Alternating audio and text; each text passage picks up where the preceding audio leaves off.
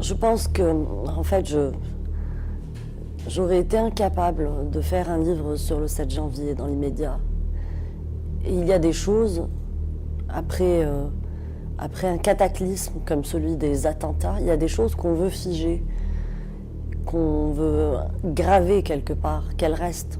En France, je pense que nous avons un problème de mémoire parfois, sur bien des choses.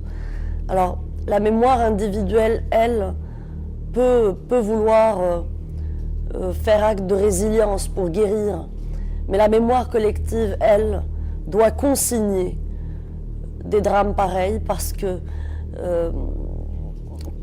c'est important si on veut éviter qu'ils se reproduisent.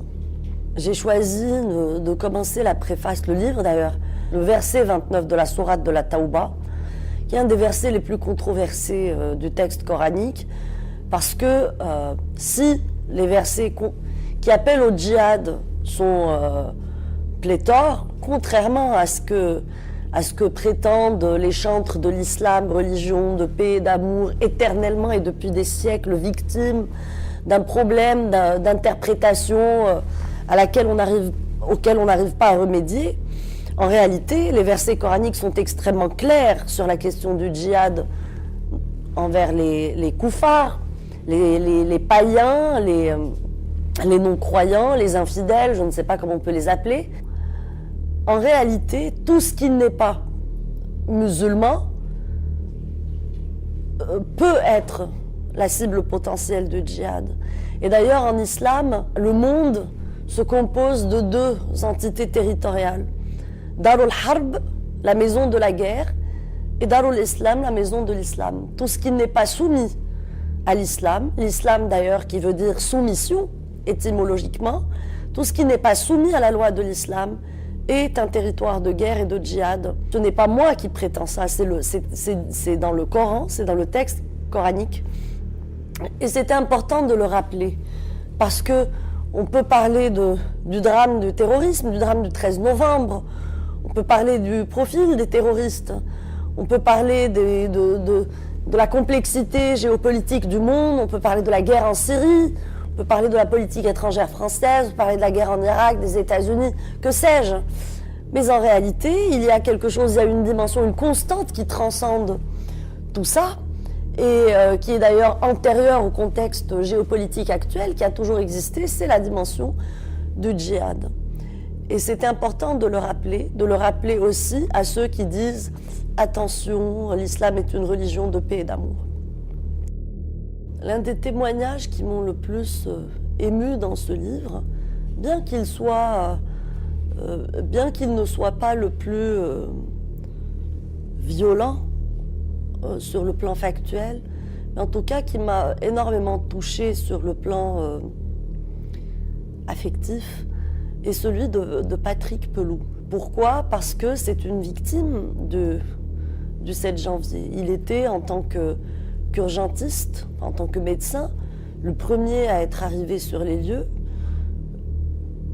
pour constater le décès en fait de ses amis.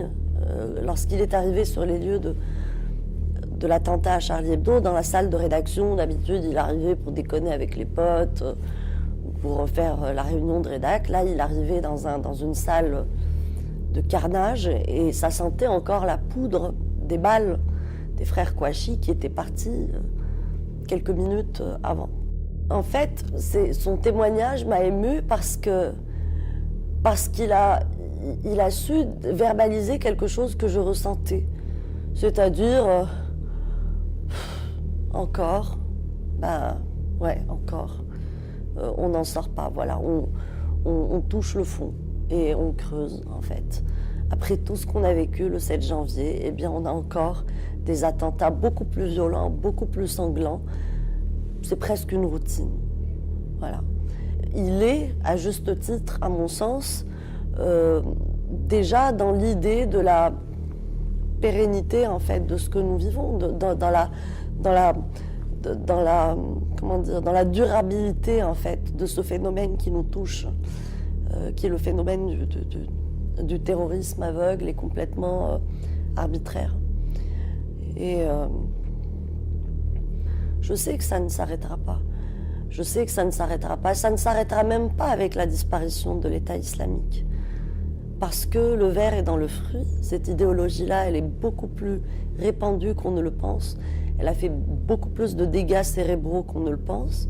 Et s'il y a des passages à l'acte aussi violents que ceux que l'on a vus à Charlie Hebdo ou le 13 novembre, c'est qu'il y a toute une chaîne de production idéologique de ce terrorisme-là. Finalement, le passage à l'acte n'est qu'une manifestation violente, certes, mais de quelque chose qui est beaucoup plus répandu, beaucoup plus pernicieux, qui a des degrés aussi.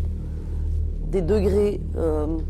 Et le propre de l'idéologie islamique a toujours été d'avoir un bras armé, invisible, clandestin, violent, mais aussi une vitrine, une façade qui a pignon sur rue, qui s'exprime dans la société, qui condamne naturellement le terrorisme. Comment ne pas le condamner? On a par contre besoin que vous condamniez la sourate, le verset 29 de la sourate de la Taouba, que j'ai mis au début de la préface. On a besoin que vous condamniez vos textes qui appellent à commettre ces massacres-là, plutôt que vous continuiez à dédouaner perpétuellement vos textes en disant attention, l'interprétation, l'islam religion de paix et d'amour. En gros, en fait, l'islam est une religion de paix et d'amour, donc on a trouvé la solution pour la paix dans le monde, on devrait tous se convertir, et c'est une religion qui depuis des siècles est victime d'un problème d'interprétation. Et aujourd'hui en France, même la bien-pensance de gauche adoube complètement cette version, on nous prend pour des cons en fait. Si j'ai un message à faire passer aux victimes du terrorisme, il ne faut surtout pas que le sang des victimes, le sang des morts et des blessés n'ait servi à rien. Il ne faut pas que les terroristes aient gain de cause. Il ne faut pas qu'ils imposent leurs règles par les armes. C'est ça que j'ai envie de dire aux victimes. J'ai été extrêmement triste de constater que lorsque on a voulu recueillir des témoignages pour ce livre, beaucoup de personnes ont refusé de parler, non pas parce qu'elles n'étaient pas prêtes à le faire, pour des raisons psychologiques, non pas parce qu'elles étaient traumatisées, mais parce qu'elles avaient peur de représailles. Je pense que nous devrions être de plus en plus nombreux à parler, de plus en plus nombreux à dire ce qu'on pense, de plus en plus nombreux à dénoncer le terrorisme, à lui montrer qu'en réalité, on ne le laissera pas avoir gain de cause. Le propre du terrorisme, c'est quoi? C'est de faire un nombre concret de victimes, mais de terroriser, de faire taire, de faire peur à un nombre beaucoup plus important.